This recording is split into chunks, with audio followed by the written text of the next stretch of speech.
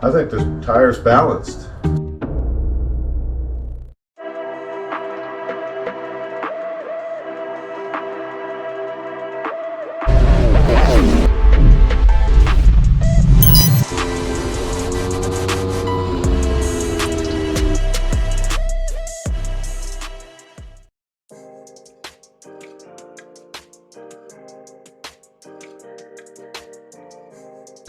Ant-Man Moto here. We're going to change a tire the good old-fashioned way with these and these and these. I'm not going to talk because I can't talk and work. Just do what I do. I've already broken the bead on these tires, and I do that with a bead breaking machine that I got from Harbor Freight. You just stick it in there and pull the lever down, and an arm compresses this tire down over the bead or off the bead. So, and then you work it around with your hand all the way around, and you do that on both sides. Being careful with this disc on here. A lot of people remove their disc because if you pry on it too much or you drop it, you could warp it. So what I do is I put 2x4s underneath the tire on the front and the back, so it's not actually resting on the ground. It's resting, the rim and tire portion are resting on the 2x4s as I work. So these discs are suspended, not on the ground. So if you don't want to go through all that, then just take your discs off, and in this process, when you break the bead and work on the tire, you don't have to worry about anything. But I'm lazy, I don't like removing my discs, so I just use extra measure of caution.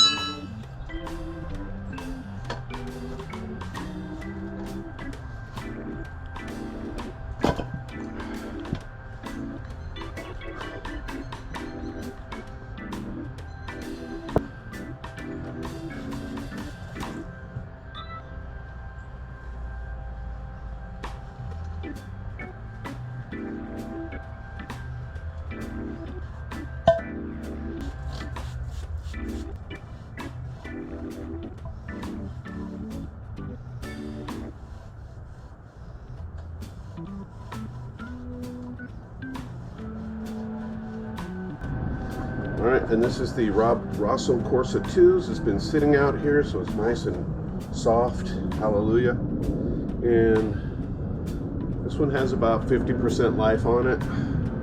So I took these off for a track day, and they were still good. That dot right there, this red dot, It's the lightest point on the tire, and you want to line that up with your valve stem. So valve stem is here. So this red dot, when I mount it, will be lined up with the valve stem. And the other thing is the direction of rotation. So the tire on the bike is going to be rotating this way, like that. So we want to make sure that the arrow on the tire is also pointing that way, like that, which is here. Boom. Okay, we got everything lined up the way you want it. Spray the the tire, trying to be careful not to get too much liquid inside. And I've already cleaned off my bead, and you just want to work it on. Sometimes it takes a little coaxing. Okay, and it's on. Okay, and that is lined up there like that. This is a solution of water and dish soap. You don't need a lot of dish soap, but I also use this not only for tires, but I also use it to find leaks. If you have air leaks in your tire, now you want to do the same thing as you did before. Press it so it's down into the recess of the tire, and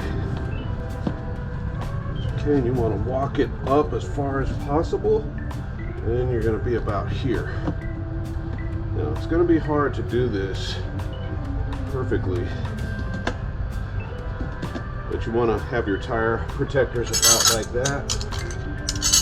Keep a spare, and I just keep more than enough tire irons on hand that I need, because what I find is that I'm just grabbing stuff everywhere. And as you probably just want to walk up slightly, move the tire protector so it doesn't get pinched.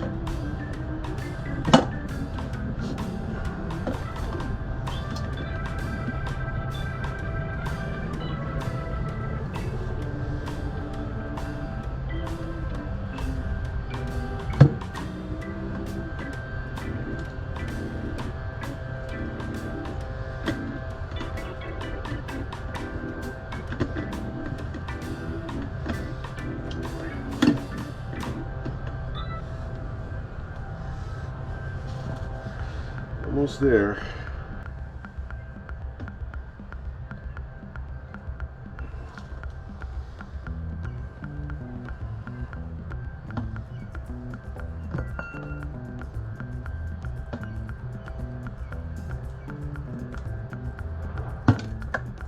Perfect. Did not touch the rim one time. That's the slow way to do it. But as you can see, the dot is pretty much lined up. Not perfectly, but it's about an inch off, but it's close enough. And that's it. And that's how you mount a tire. And then I'll put the valve stem in, air this up, get both beads to set. You want to hear 2 pops. One pop will be one side popping into place, and then the other pop will be the other side popping into place. And then you throw it on the old static tire balancer. I got mine from Harbor Freight, and I've got some black wheel weights, which I highly recommend because they blend in with your rims and don't stand out like an eyesore. And that's it, but it's that simple. And I'm not very good at changing tires, but I'd rather do this and change them myself with some rim protectors and take my time and be careful than to pay $50. Because I love Cycle Gear. They're great business.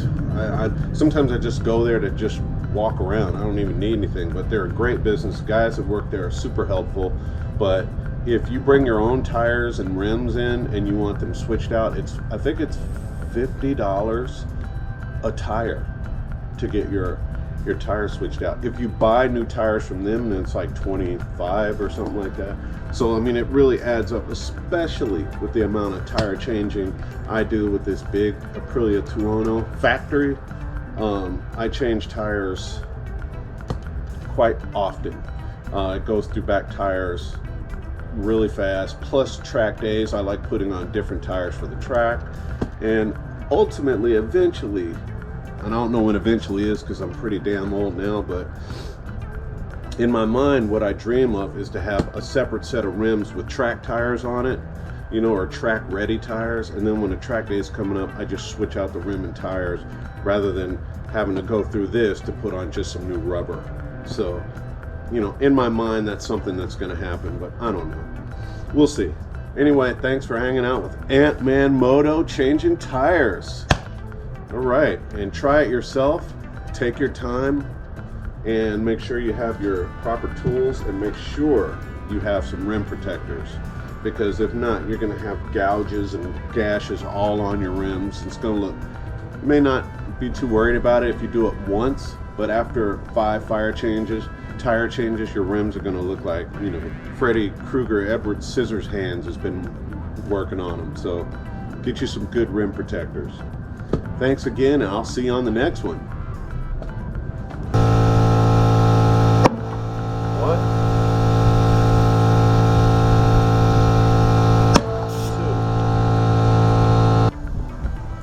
Make sure your fingers are clear of the bead area.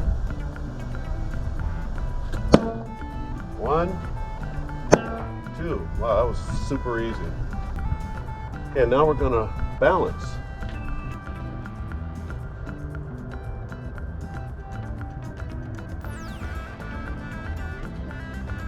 If it takes any weight at all, it's gonna be such a light amount.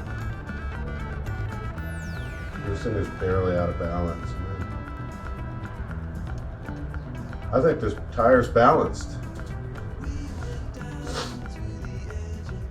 Yeah, that one's out of balance for sure.